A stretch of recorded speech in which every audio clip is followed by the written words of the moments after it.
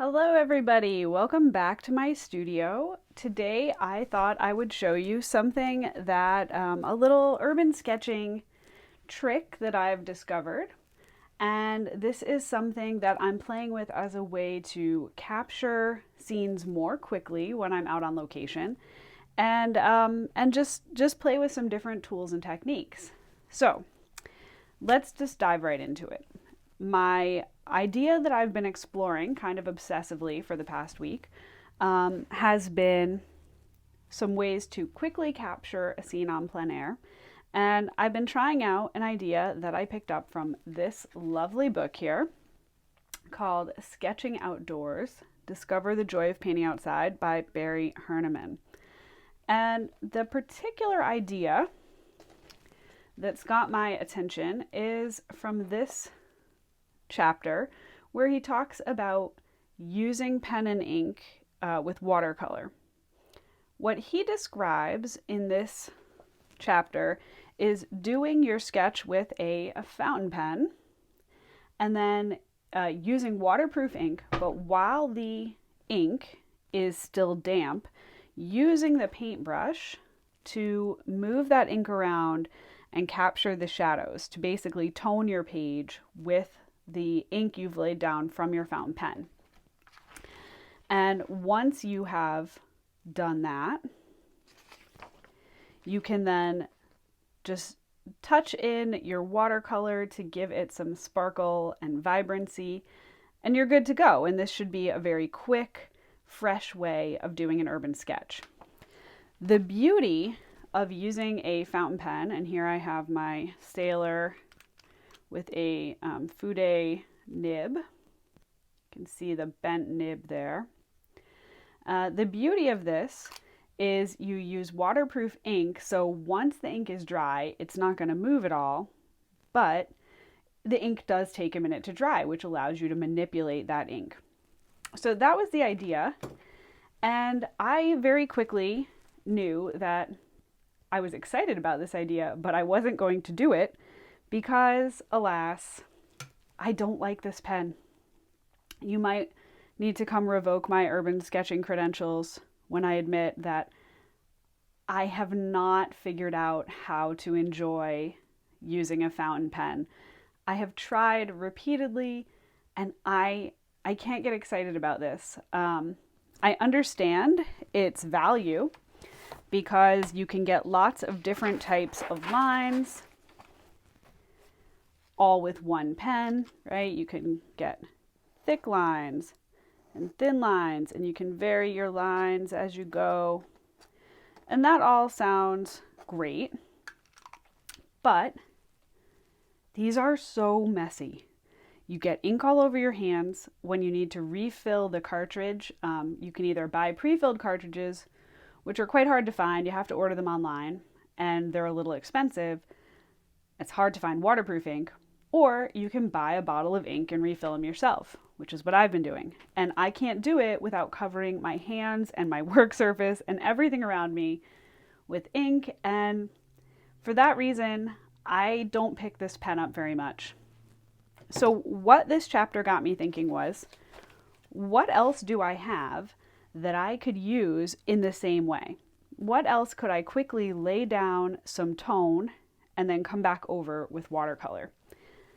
And that is where this sketchbook spread comes in. I basically grabbed all of the drawing implements that I have that are water soluble, and I gave them a good play. So I started with water soluble graphite, and for each one of these, I laid down the water soluble tool, wet it, let it dry, and then paint it over with watercolor, because that is what the book suggests I do with my fountain pen. But then just for comparison, I also went directly into that water-soluble item with watercolor. So my top line here was graphite. I went ahead and just made a little box, little, rectangle with my water-soluble pencil, wet it, let it dry, painted it with watercolor. And then below that, I made a box with the graphite, and then I grabbed my paintbrush, put some ultramarine on it and paint it and let that color underneath blend. So I did water-soluble graphite. I used Tombow markers. I did test out my fountain pen ink. So this is carbon black ink. I did use, I tried my watercolor pencil. I tried Neocolor 2s. I did oil pastel, even though I knew it wasn't going to, the oil pastel wasn't going to activate with water, but I just thought it might be fun to paint over oil pastel with paint. I used Stabilo pens, and I used a Sennelier watercolor ink pen, watercolor ink brush rather. So I tested all of these out, and the results were very interesting because what I discovered is the majority of these will continue to reactivate over and over. So the beauty of the carbon black ink, and I think you can see that, let me bring that closer, is that the texture that I got when I wet that ink remains when I paint over it with watercolor, because once that ink is dried, it won't reactivate. Meanwhile, pretty much everything else I put down here, much like watercolor, is going to keep reactivating every time you touch it with water. So water-soluble graphite does not become fixed once it dries. The Tombow markers, they keep reactivating. The Neocolor 2s, they're really fascinating. They're kind of crazy. They reactivate a lot. The Stabilo pen came closest to the carbon black. And I actually think the Sennelier ink brushes, if I let this dry fully, it also won't reactivate. So I had a few options, but then I thought I could try one other thing before exploring these options some more. I remembered that Inktense pencils and paints are water soluble, but they become fixed when they dry. So they're water soluble, but once that water dries, they don't move anymore. So I didn't have any Inktense pencils. I did have the Inktense pan sets, and honestly, up till now, I haven't used them for much. I bought them, played with them a little, and then couldn't figure out what their advantage might be over watercolor, so I just sort of have them in the drawer. But for this experiment, I really didn't want the pans. I wanted something I could draw with.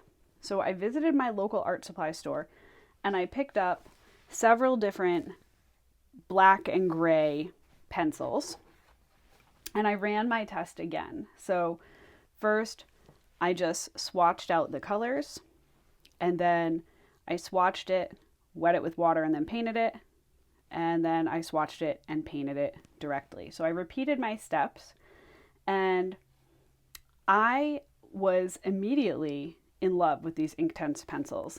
They are really fascinating. I like them so much better than the pan form. I just did a couple little like houses to play with them. And what I love about them is how readily they reactivate. These pencils reactivate so much more than watercolor pencils. I was like shocked. And the color is so intense. A tiny bit goes a long way. I could see a huge potential in using these to get down a grayscale sketch and then maybe adding a little bit of color on top. And I kept playing with them to just kind of figure out how I might use them. So here in my, this is a mixed media pad, a mixed media sketch journal. And I just did this little sketch of a lighthouse and did the shadows by adding some water and then put in a little white sky. And the line, you can make the line disappear almost entirely. And honestly, it takes the tiniest touch of pencil to make a ton of tone. So I knew I needed to practice more. And I did some value charts just to get a hang over how much do I actually need to put down on the page to get a lot of shadow color or other color. The other thing the swatches showed me, I got all grays except I also got sepia because I thought it would be a nice warm color. But one of the things that's really interesting about black inks is that when you water them down, they often sort of change color. And so this intense black stays fairly true to black, but the others change a lot. So this one went kind of purple. That was the neutral gray, went a little bit purple. Charcoal gray went almost a green color. Indian ink went more brown. So I am just really excited about the possibility of how I could use these pencils, and when I'm on location, use them for the grayscale sketch and then dust in a little bit of paint. What I'm excited about here is that they take the tiniest amount of water to reactivate. Like, I don't need to get the paper very wet to move that pigment around or that ink around quite a lot. And because I'm using very little water, it dries really fast. And what that means is I can complete the sketch quickly. It also means it's dry and ready to accept watercolor on top of it much more quickly than it would be if I was doing a layer of juicy watercolor washes. So I like to do my watercolor washes pretty wet and juicy and drippy. But when you're doing that on plein air, it can take a really long time to dry. And so it's hard to layer. So here's my thinking. Could I use Inktense for my initial layer to place in basic shadow tones, and then use my watercolor on top of it, much in the way I would with a line and wash painting, just some loose color, some pops of vibrancy to bring the sketch to life.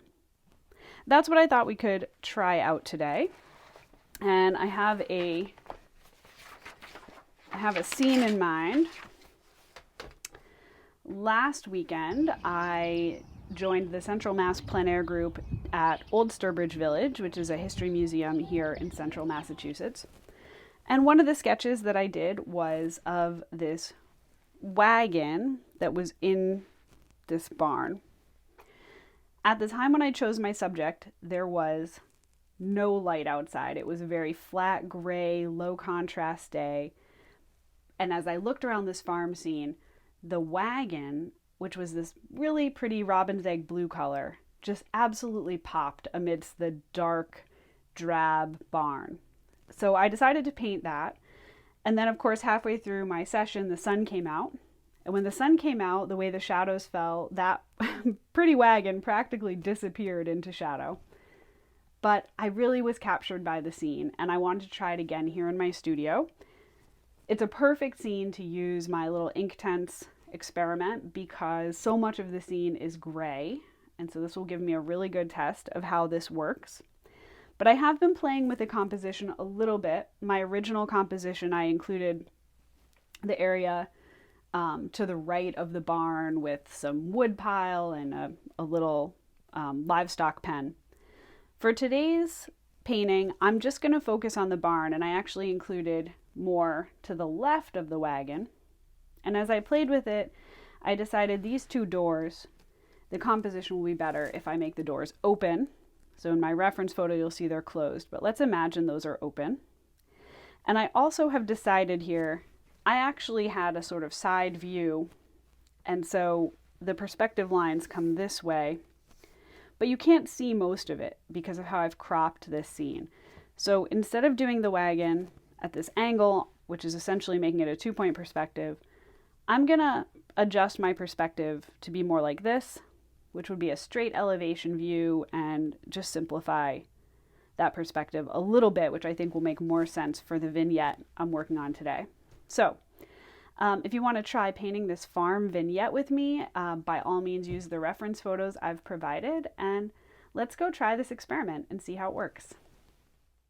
All right, so I've got my pencil sketch down, and I did do this with a regular old graphite pencil because I don't want the lines of the building itself to dissolve. I do want to erase that line. I don't want my drawing to dissolve. what I'm using the Inktense for, and I have settled here on charcoal gray, is only for the shadows. And I'm not even going to use this where the local color, the color of an object itself, is dark.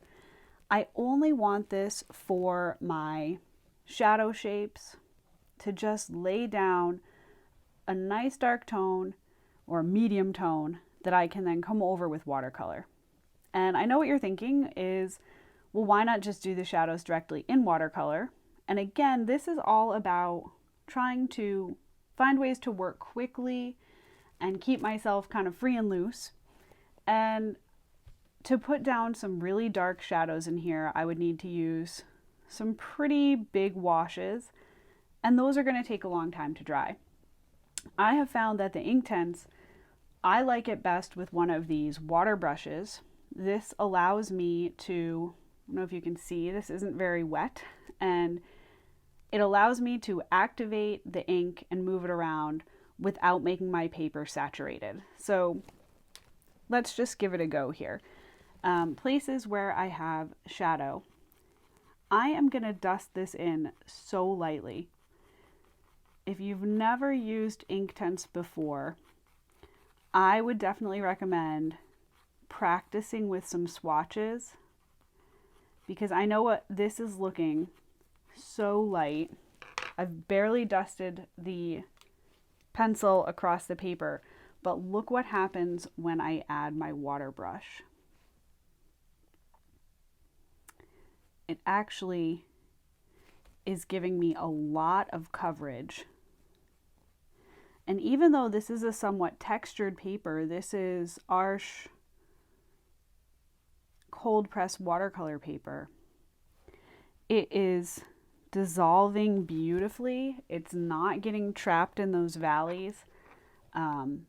It's just so quick and easy to use. And I do have a fair bit of shadow shape here. All my open doors are going to be in shadow. I would also say, if anything, we want to err on the side of making our shadows pale, because we can come back with more layers of Inktense. We can also come back with more layers of watercolor. So we don't want to go too dark too fast. And I think that would be a real danger with the Inktense. It puts so much color on the page. They're really kind of amazing. I only bought a few of these kind of neutrals and grays. I didn't buy any colors. Now I kind of want to go get some colors and see what those are like. I'm going to stick with, I think, all my big shadows first. Now here, part of why I decided to depict this as an open door is that there actually is, sticking out of the bottom of this door, there's some hay. Not enough to really make much of an impact in my painting, but I want there to be some. And just to preserve some white, I have a white Neo Color 2. You could just use a white Crayola crayon. True story, I don't have any white Crayola crayons right now because I was carrying them around in my sketch kit last summer and they melted into my bag. So I suppose that's the kind of thing that every mom knows. Don't leave crayons where they will get hot, like in a bag in your car. So if you have a Crayola crayon, white Crayola crayon makes a great resist, because the watercolor will not stick to it later. I do think in a vignette this simple, keeping these where I've decided to have not just this opening, but these other openings, does make the scene a little more inviting. Oh, and I don't know if you noticed, I did add this chicken.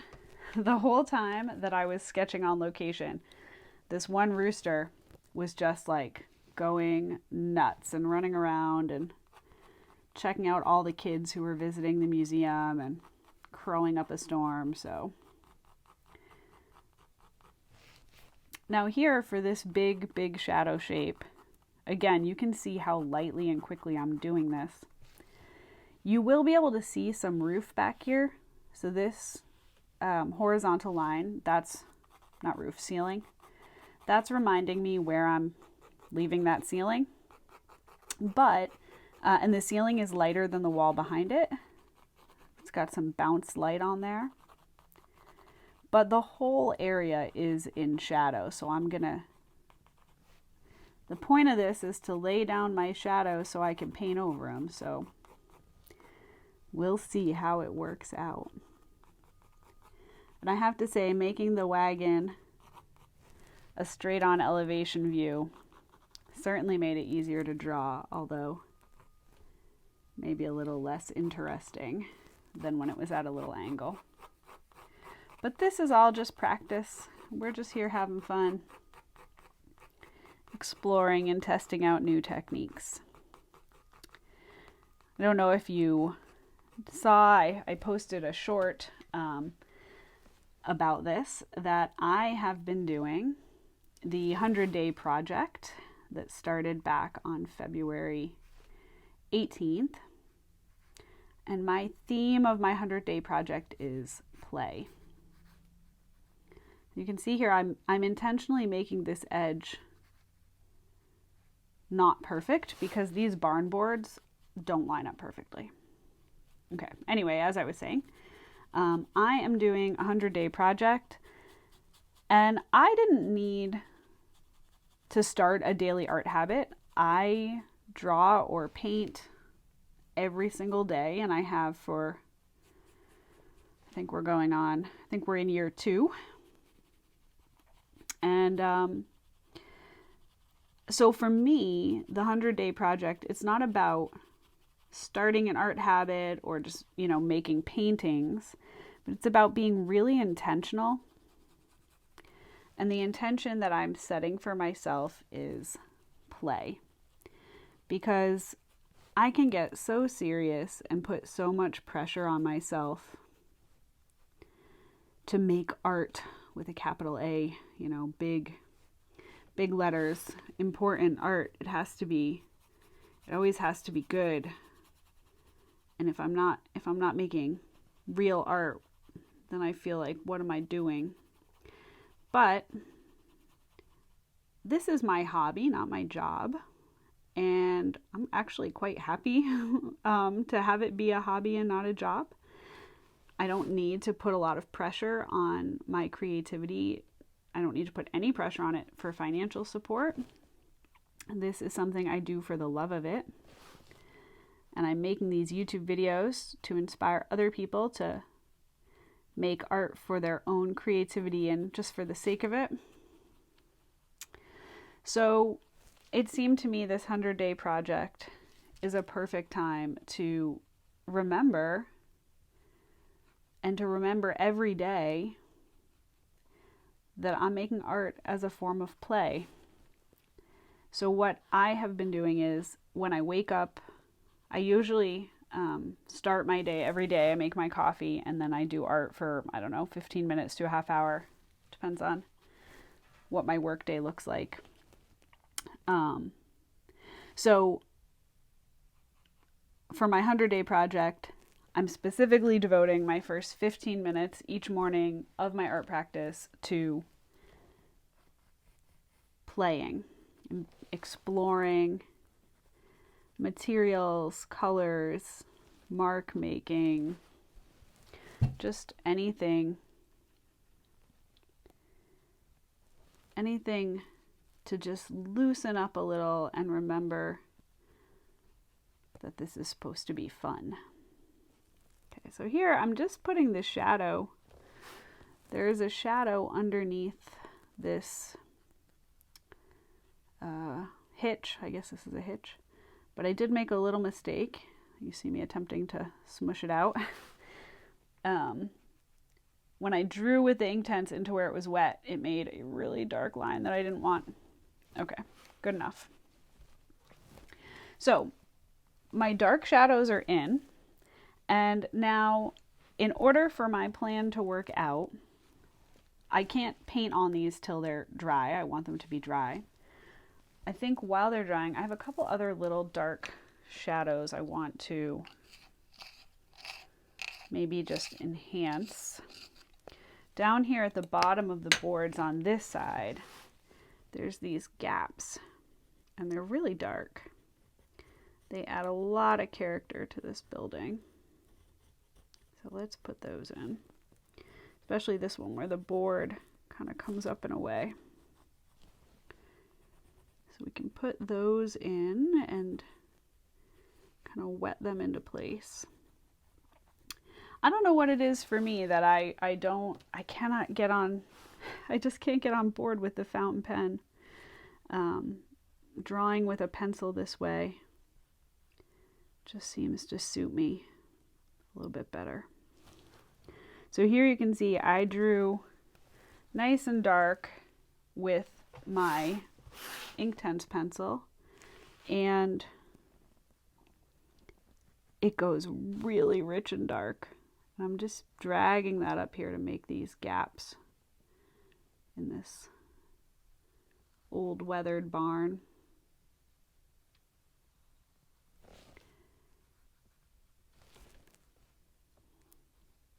Okay, that adds quite a lot, actually.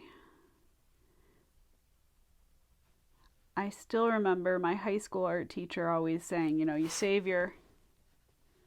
really want to save your darkest darks for the end. And I always try to remember that. But there's also some real value in setting in some darks early. Even when you're painting in watercolor, it might sound really counterintuitive, but knowing where some of those darkest darks are can be really helpful. All right, so now I'm gonna let this dry. I'm gonna go maybe grab a little drink of water, stretch out my hands a little bit. Artists, don't forget, stretch out your hands. And then I'm gonna come back and see if I can throw some color on here and check out the results. So if you're painting along with me, now's a great time for a break, and then we'll come back and go from here. All right, well, this took all of, I don't know, maybe 4 minutes to dry, and now we're back. You can see I have a piece of scrap paper here to test out some colors as we go. And my plan as far as colors go, the barn itself is going to be a pretty neutral gray. And I'm going to darken up some of these doorways with some lively shadow color, but that allows me to still see some detail inside. And my key areas of, my pops of color will be the wagon and this pretty little rooster. And I'm just noticing I did not dissolve the rooster's shadow. So we'll do that. It seems like a little, there we go. Now my watercolor won't cause that to reactivate. So for my neutral gray for the barn boards, I'm gonna mix up some burnt sienna and ultramarine, which is a super classic watercolor combo. And I'm gonna go somewhat light with it at the start. And I'm gonna drag my brush sideways and let the texture of the page convey some of the texture of the barn boards. And I'm gonna want my bigger brush for this. Actually, I might want a really big mop brush because it's a big area and I'm gonna need a whole lot more paint for that.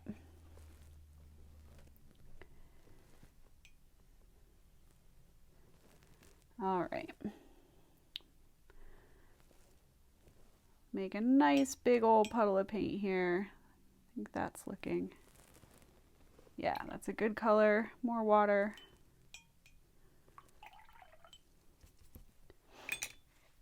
And I've got this nice big soft quill brush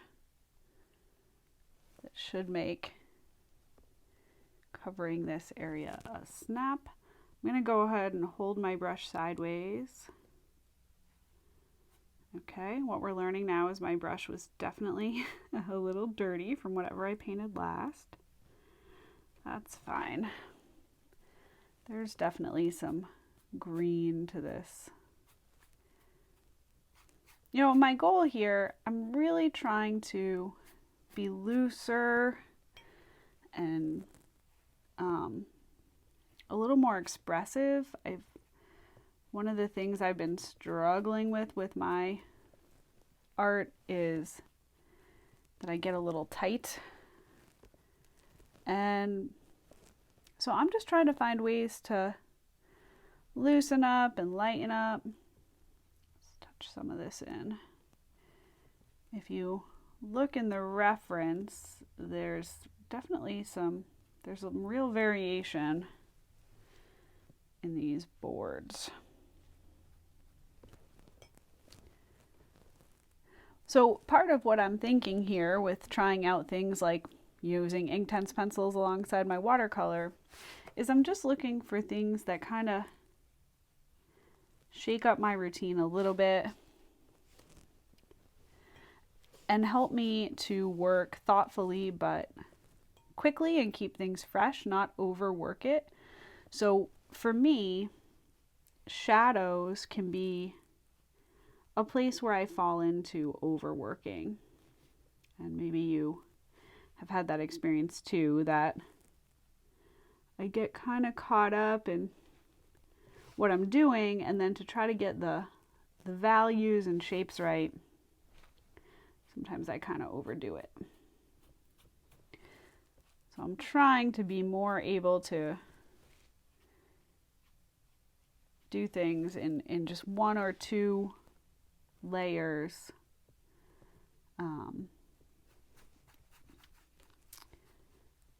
And just capture it without working it to death, basically. We'll see. So now I hope you're seeing on camera what I'm seeing here as I put in the watercolor for the local color.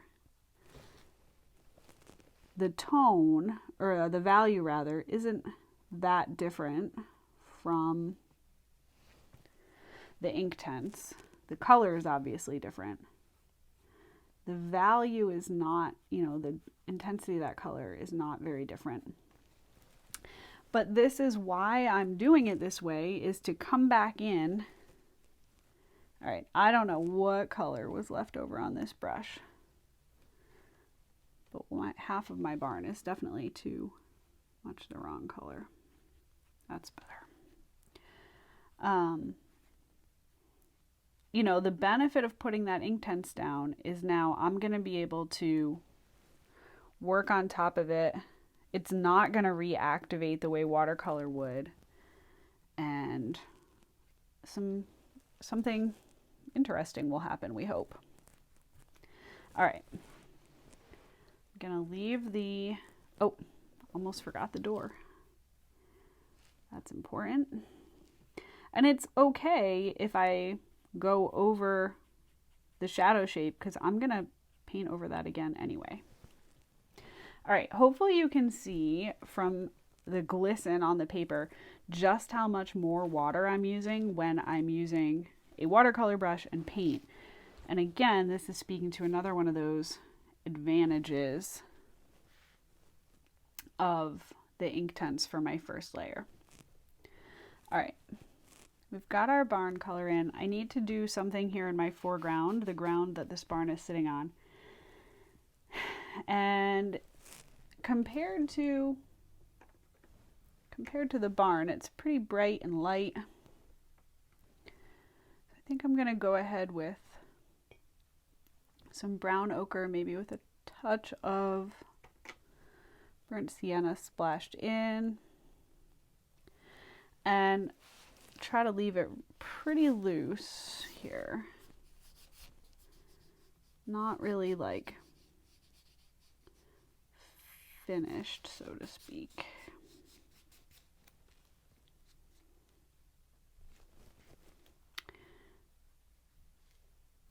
Leave a little bit of white in there. Didn't leave as much white as I would have liked, but that's okay.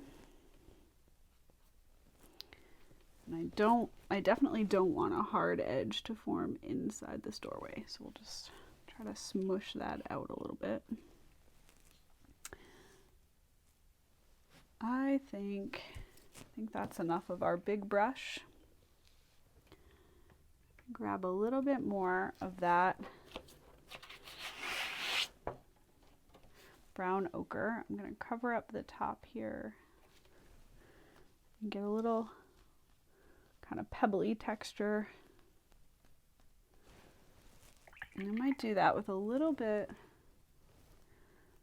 of my same gray mix that I used for the barn, just to give it a little sort of sense that there might be some little stones or rocks. And I'm doing that into the wet paint. So that's going to soften a lot and just maybe hopefully make some good texture without being too distracting. Although it might be a little distracting. And if it is, we'll glaze over it, because even though people think watercolor is unforgiving, there's actually loads you can do with watercolor to make it more forgiving. All right. Now, let's see, where should we go next? We should fill in this gap because that doesn't make sense. I'm going to be looking for the biggest contrast to occur between this background and the wagon and chicken. So this is a logical place to go next, but I need these sides to be really dry, which they are not. So we might need to step away again, hit pause, and then come back and see what we can do once this dries. Oop, I got another one of those little gaps that I don't want. You know, this is, it can be really good in watercolor to leave white of the page showing through. You just have to be careful where you leave it so that it actually makes sense. But I have to say, as I am kind of assessing where I'm at currently, first of all, we're definitely in the ugly middle phase. And if you're new at this, you need to know how incredibly normal and totally a part of the process this is. I'm at a stage where everything, almost everything, only the things I haven't painted are the pure light value. Everything is a middle value now. And that is not pretty. And that's why this is not the stopping point of where we stop. But we do have to always go through a phase in watercolor where we just have to trust that this is going to come together. It's not going to stay in this ugly middle ground. Something's going to happen. And so I'm going to let this dry and come back and see if I can make something happen. All right, here we are. I'm back. It's all dry. Let's get some of our darker colors in. So the mix I have here, it's the same Ultramarine and Burnt Sienna that I mixed up for the barn, but I've left it a lot less diluted this time. And we're going to go ahead and throw down some of those shadows. I'm being a little careful here about my edges because, as I mentioned before, right, these barn edges are not perfectly straight. So we want to give them a little character. Just drag some of that paint up into the cracks. Now I'm realizing the limitations of my imagination here as I try to figure out where this shadow shape goes. And we're just gonna go ahead and make the whole doorway in shadow and hope that that is logical. I will admit I am not good always at imagining where shadows should fall. All right.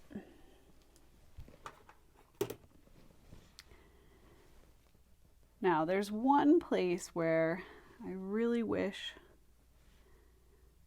my last layer had been more careful, and it's right here because I don't want this extra dark at the top. I want that to be the interior ceiling and have it be lighter. So let's just try to scrub that out a little bit. Okay, and so far, so good. As anticipated, the watercolor will move. The Inktense will not move. And this is the exact thing I was talking about of why do this instead of just watercolor, is that the Inktense, once you let it dry, is permanent. All right, so now I need to let that area dry, but let's fill in our little hayloft up here. And my hope is that the Inktense underneath is helping here in that it's allowing this wash to be darker. And so again, I won't need to do as many layers. And here I'm just putting some shadow under this hay.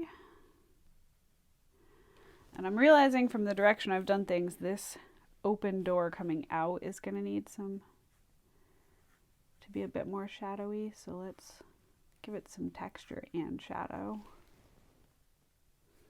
by just dragging the belly of the brush sideways. And this door is also going to need to be more in shadow, but I'm going to let the shadow around it dry. Okay. This is the first video I've done like this, kind of narrating while I paint, so let me know if you like this format. I'm partly able to manage this today because I have the house to myself and I don't have to feel self-conscious about my hubby listening to me and thinking I'm rambling to myself silly up here. But yeah, let me know if this format works for you. And we'll see if this video is so long that if I'm even going to be able to upload it, because I tend to have a really hard time getting big videos to upload. All right, now this is my most important shadow, and I'm being careful about my edges because the wagon needs to have good sharp edges. And I'm also trying to be careful to keep my paint moving so I don't end up with any lines where I didn't want them. Which is kind of tricky to just, I should probably be using a bigger brush. But this is the one I have in my hand, so this is the one I'm using. You probably noticed that in a lot of my videos, I tend to use one brush for probably 98% of a whole painting. Usually I use a bigger brush than this, but this is working out okay. I can always... All right, I think we're doing okay. Oop, hopefully this side isn't dry. Always tricky. I think this kind of painting around an object, negative painting,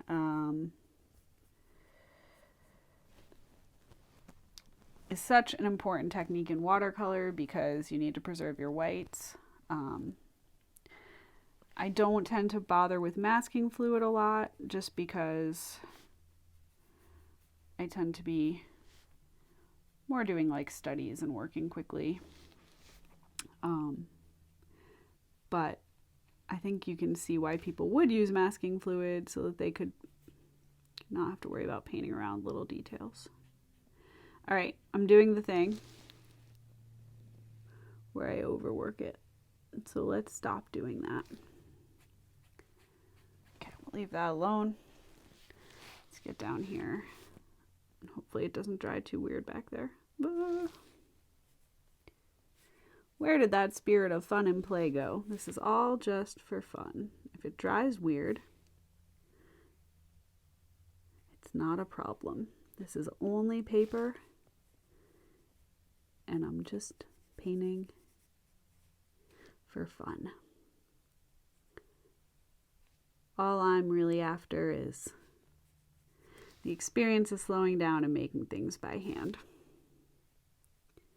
And if you're here watching this video, I hope that's what you're after too. Slowing down, making things by hand. Okay. Now that we've got all that in, I really feel like this one's not dark enough. It's also not dry enough, so we're going to leave that alone. This is pretty dry over here, so I can shade this door a bit. I'm just going to try to, too dark. I'm going to try to just keep it loose. A little dry brush in here.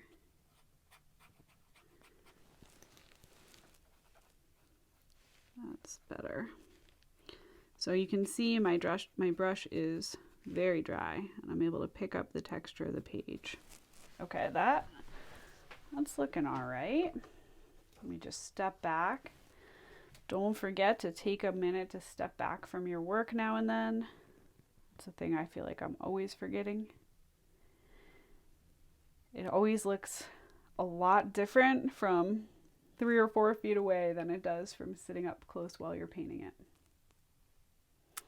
Okay, this is shaping up pretty good. I think that this area up here is probably dry enough for me to paint that straw or hay, whatever that is. And I'm going to use the same mix I used for my foreground here. And just, we'll see as I go here. Oh, there we go. You can see where that neo color is. I don't know if you can see that. The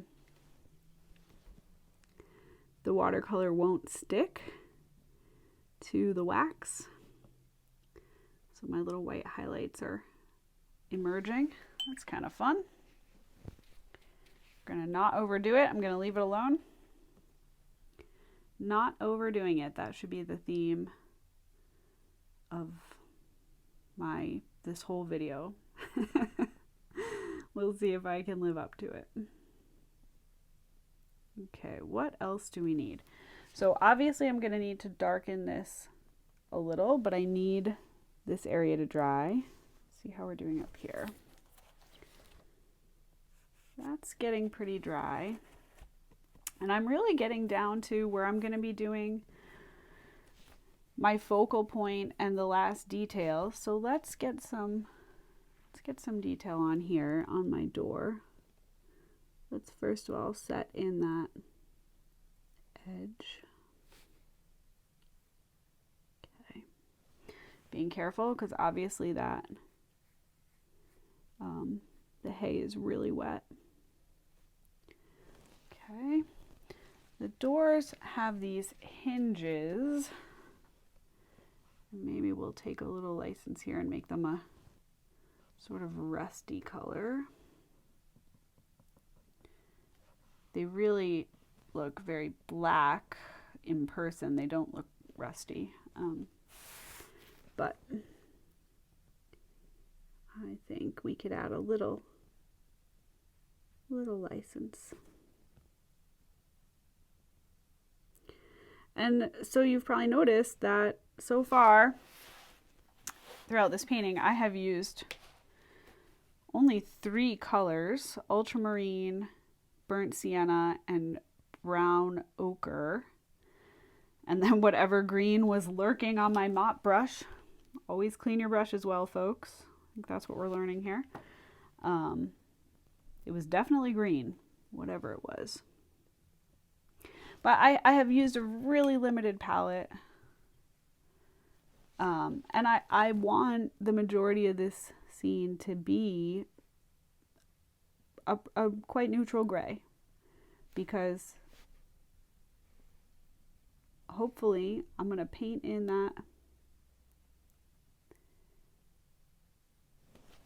wagon, and it's just gonna pop. And the pretty little rooster. It was a really colorful rooster. It had this amazing green tail and a bright red on top of its head. Because this is such a simple vignette, now I'm adding in some of the lines of the barn boards. And you don't want to paint every line. You don't want to make everything too samey, but it's a simple vignette, and we're going to need a little bit of that detail in here. Just to give it a little life. But I am going to make a point of not connecting all the lines, doing some from the bottom, some from the top, and just try to leave them a little natural. That's how they look in person. You don't see them and just see like hard line, hard line, hard line.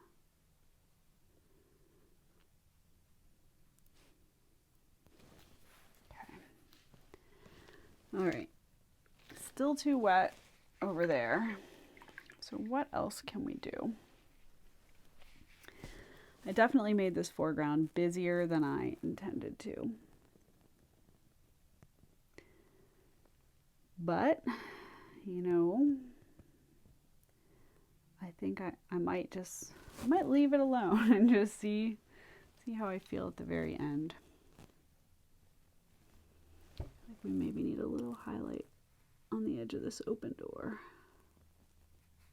Okay. Now is definitely a great time to do some color mixing. So let's think about what color I should use for that pretty blue wagon. And when I take a look at all my little colors of the rainbow here, the color that feels the most right out of the tube is probably Prussian blue, which is it's a quite intense color, but if I do it very diluted and let a lot of the white of the page show through, here's my, yeah, I do think that's the color I'm after. And I know it's always like never use color straight out of the tube. That's some basic advice for any painter. But when you really need that pop of strong color, sometimes you need a color straight out of the tube. Since the part of the wagon that's blue doesn't actually touch any of the dark shadow, I'm just going to go for it. Let's get this in there.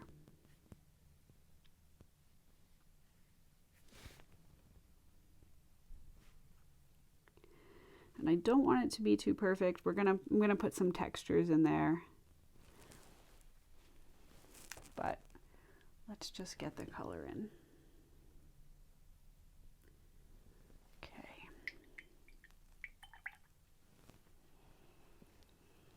I could also work on the hitch here. It's maybe our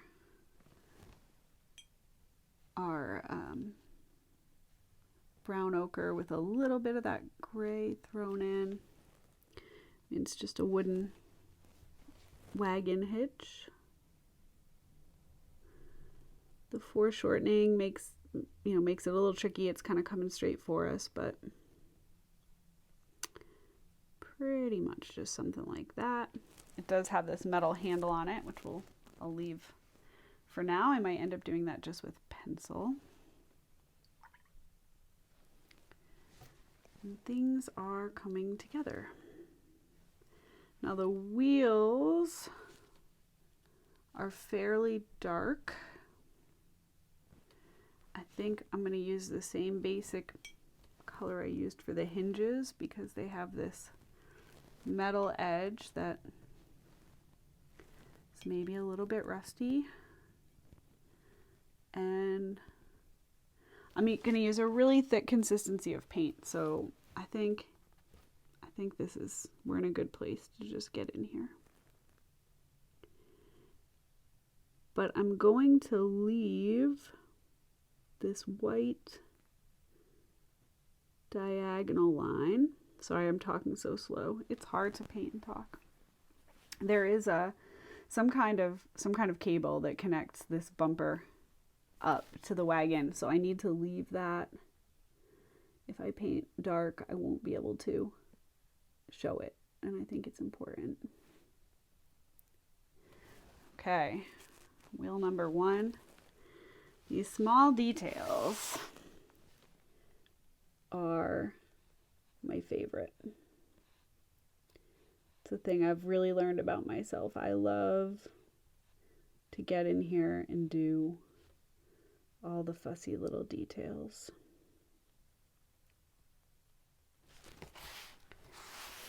Okay, I want to leave space for my rooster's pretty tail. The rooster is pretty much out there in the sun. Okay. All right, time to stand back again. How are we shaping up? Okay, not too shabby. And we'll get the hubs on here. Right, they sort of disappear into the shadow, so I'm not going to get fussy about them. I'm just going to kind of blob in a little dark shape and let them disappear. Now, I do want to indicate some underside shadow here. Okay, get that in.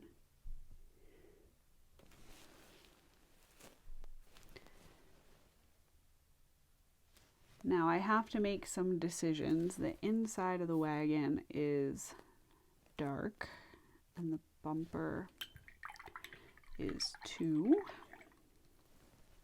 Let's leave the wagon alone for a minute and let's do this roof. I think, yeah, we're in a good place to color in that roof.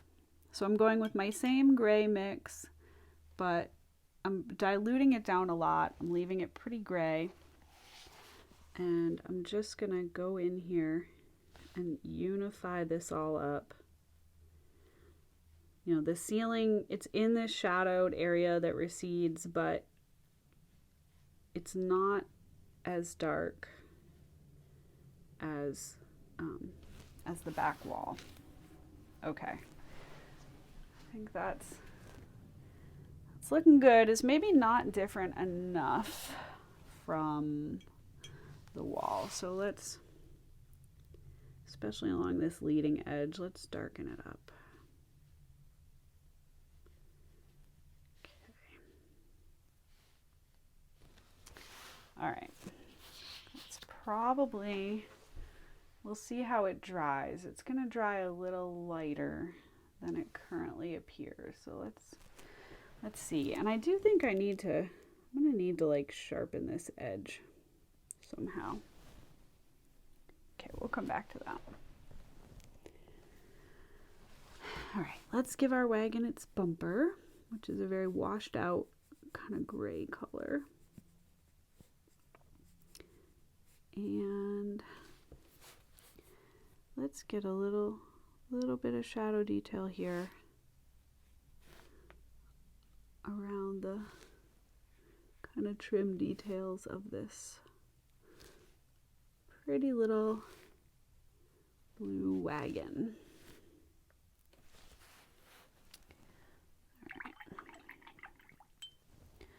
Now the inside of the wagon, you can't really tell in the photographs, but you can definitely see the inside of it in person, and that's why I drew it this way, because it's basically, it's sort of resting at an angle with this hitch coming down, and I think like if you pick that hitch up, it would level out, but that's not how it appears. All right, let's be brave. Let's just get in there. Just gonna go for it.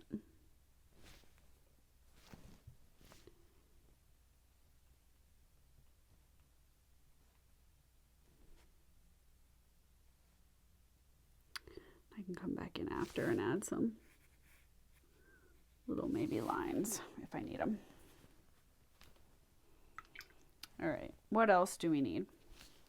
We need we need a shadow at the bottom of our bumper.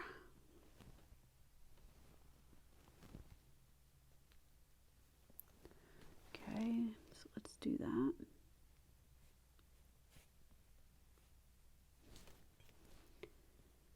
Boop. There we go. There is a shadow falling across this guy too, so let's do that.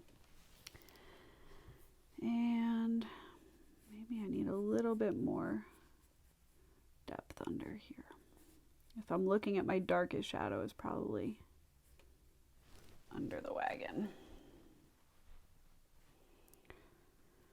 How to make things look attached to the ground they're on is the eternal challenge.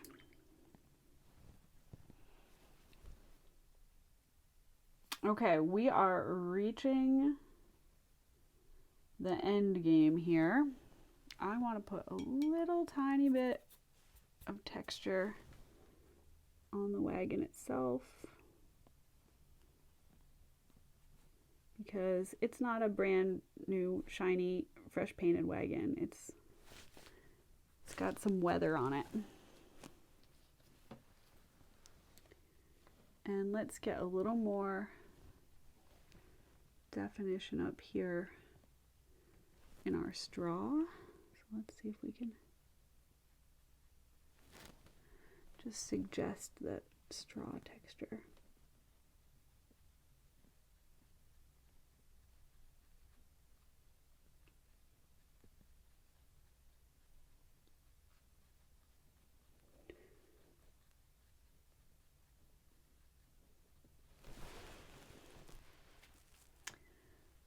Okay.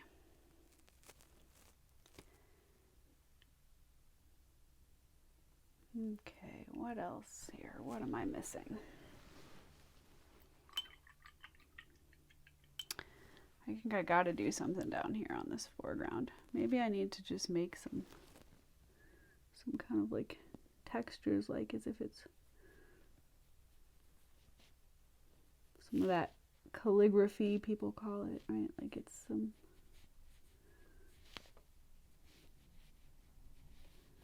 just to suggest some, I don't know. I don't know what I'm suggesting now. I have left the place of words.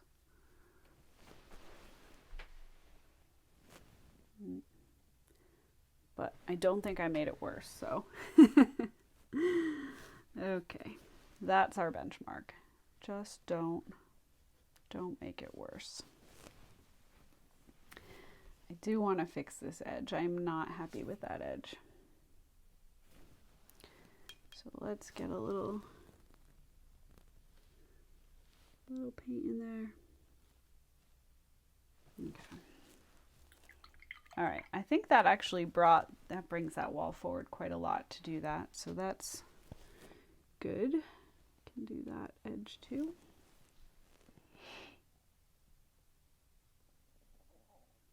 Okay.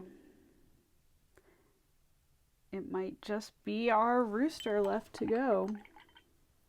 So let's give him a pop of color here. We're going to give him a nice bright red up here.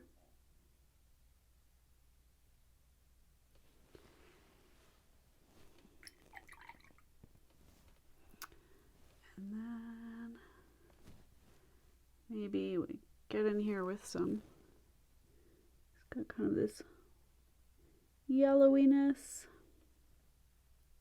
I'm going to let those bleed a little bit together. And there's some red back here too, maybe. Yep. Okay.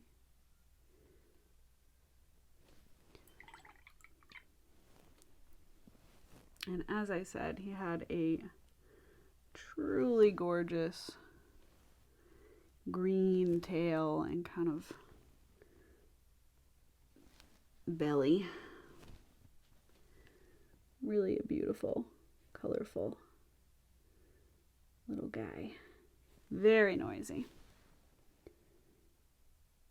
If your neighbor had this rooster, you would not be friends for long.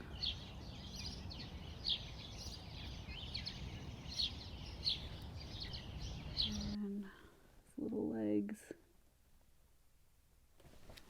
Okay. I think when it comes to barnyard animals and me, less is more.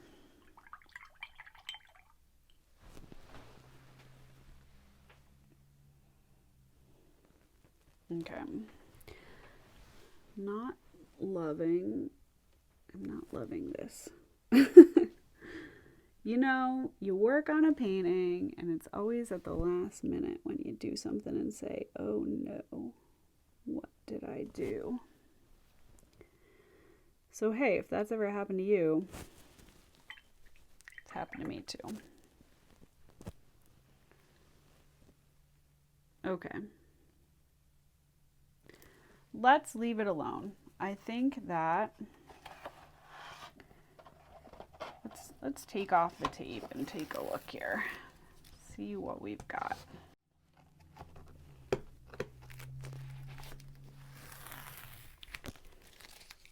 You know, I'm normally somebody who looks for strong shadows in order to be the kind of focal point of composition. And setting out on a gray day where I didn't have a lot of that was definitely a challenge. But I think I was able to get a little something from it. And here we have our finished painting. Did it work? Well, I don't know. Do I dare call this finished? Let's do a bit. I'm feeling really risky. All right. I stepped away. I came back. And I've decided what's wrong is that my wagon is too similar in value to my barn walls. So I'm going to take the big risk, grab my Inktense pen again, and see if I can simultaneously get a little more texture on those barn boards and give them a little bit more color with my pencil. So after all, we're just playing, right? So I don't want them to become as dark as my shadow areas, obviously. But can I get a better balance? And this time, since I know this is my last pass, I'm going to go ahead with my watercolor brush, not with a brush pen, not with a water brush, but with my actual watercolor brush. And let's see if it makes any difference. Okay, well, I can definitely, by taking a somewhat dry brush sideways like that, get the texture.